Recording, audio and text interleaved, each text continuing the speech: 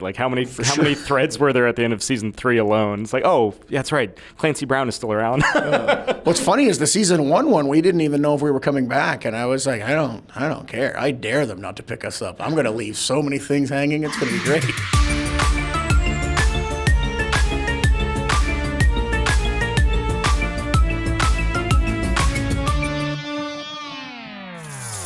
Always happy to talk to Den of Geek. You ready to talk about our mutual friend Mark Grayson? So excited to talk about our mutual friend Mark Grayson. It's really the thing I like to do most. Let's talk about it because you really put him through the ringer in season 3. I mean, there are no like happy Mark stories. What was it about the escalation throughout season 3 and kind of like matching, a lot of the comic, adding your own twist with it? First of all, I got to push against your premise a little bit. Every now and then he goes on like a fun date. It's just that those things are so few and far between. You guys focus on all the violence. True, that's fair. There is a bit of it.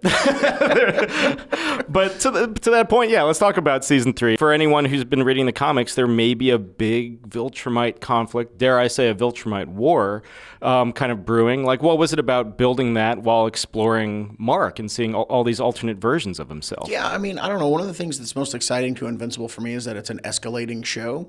The scale and the scope of the fights and the conflicts and things that are happening always seems to get bigger, and it's always growing, and it's always like working towards something. In a sense, I'm really excited about getting to season 4 because everything from the first minute of season 1 has been working towards a lot of the events that happen in season 4. It's like, oh my gosh, we're finally getting to blank, and we're finally going to do this, and we're finally going to do that. But yeah, I mean, we're always trying to put Mark through his paces. I think that a story is way more interesting when bad things are happening. I think that's just the nature of drama. But yeah, in the wake of the huge fight with Conquest at the end of season 3, we're going to be coming into season 4 with a much different Mark Grayson, who's got a different kind of purpose, who isn't putting up with any crap anymore and is willing to kill and has completely like changed his whole mindset.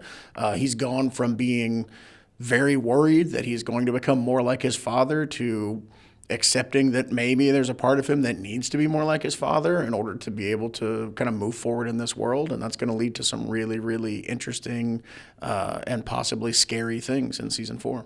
One of the things that, and this has been the case with the show ever since the beginning of it, but you really do get the rare opportunity of having a second chance at a first impression. You get to, you know where the story's going at this point. All 100+ issues of the comic are out. Like, how is it building a story and kind of like reinventing it? And that's what's the most fun on the show for me. I mean, I'm working with a really great team. Co-showrunner Simon Rasiopa, Helen Lay, Ross Strachey, our writers on the show. We're all getting together and kind of like kicking the tires on the comic book story and trying to find ways to plus up everything that's happened. I like to call it like turning the dials. Oh, that was a really scary moment. Let's try to make it a little scarier. That was a really sad moment. Let's try to make it a little sadder. And just really kind of heightening everything that happened in the comics is it's really rewarding for me because I've done this story before, and so I feel like if I'm going to run through the paces and kind of tell this story again, hopefully I'm making it better in some way. Otherwise, like, what's the point? I think there's a general sense of improvement in most aspects of the series. Yeah, can confirm. I'm a huge gamer, and I got to go to EVO 2 months ago now, which means I got to play an early build of Invincible Versus. Hey. What was it about kind of taking the world of Invincible and matching it to this like equally violent tag team fighter? It's everything I've ever wanted, to be completely honest. Invincible Versus is one of the things I'm most excited about. I've always loved fighting games. I've always wanted to have, an Invincible or Walking Dead fighting game or something, and to finally get something and for it to be as good as Invincible Versus is, I can't wait for people to get to play this. I mean, you've actually got to play like an early build. It's getting better every single day as these guys are, improving things and enhancing things and adding more things to the game, and it's just really cool. And it's perfect for this story because Invincible is, kind of centered around fighting and conflict in a way that like lends itself to a fighting game really well. One of the things I love about the Invincible series is, like the comic book, I feel like every issue ends with a nice stinger. Like, hey, look at this post-credits thing that's going to keep us on the hook for a little longer. Yeah. Like, what is it about kind of like tailoring those perfect kind of like cliffhangers to keep people on edge, just even if it's just next week or just for an entire new season? I love cliffhangers. I think as an audience member, when I'm watching a show and they leave you on that moment where it's like, oh no, I have to wait a week or I have to wait a season for the show to come back and find out what's going on. Like it's just something that really excites me. And so, I think the things that you enjoy as a fan are the things that you put in your own work. And, I think every single episode of every television show should end in a cliffhanger. I think that, driving people to want to watch more and to want to come back is kind of what we're supposed to be doing. Like, it's kind of our job. And so, I love that we're able to, keep sinking that hook and adding more and more intrigue to the series. I would put 17 cliffhangers at the end. So it's like, oh, I got to find out what all this stuff is. It's just, something I really enjoy. You kind of do at the end of every season, right? Like how many threads were there at the end of season 3 alone? It's like, oh, yeah, that's right. Clancy Brown is still around. What's funny is the season 1 one, we didn't even know if we were coming back. And I was like, I don't care. I dare them not to pick us up. I'm going to leave so many things hanging. It's going to be great.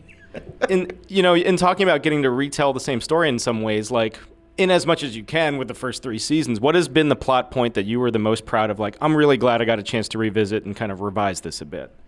I'm really happy with how the conquest story played out. I think that the scenes that we were able to add that weren't in the comics were, I think, really cool and really additive.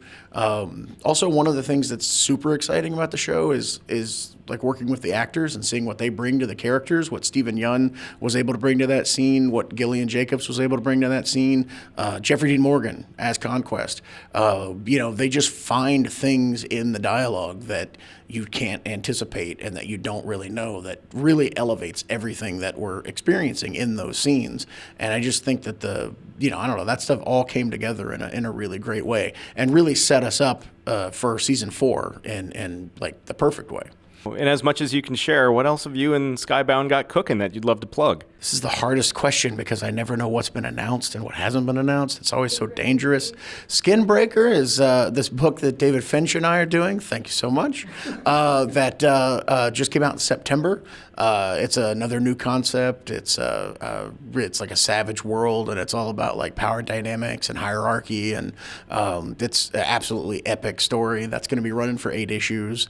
I'm actually bringing Capes back. It's like an Invincible companion series that took place alongside Invincible for 3 issues in the early 2000s, and we're going to be republishing it and doing some new issues and kind of expanding that story. And like the Invincible Universe Battle Beast series that we're also doing, I can also plug that.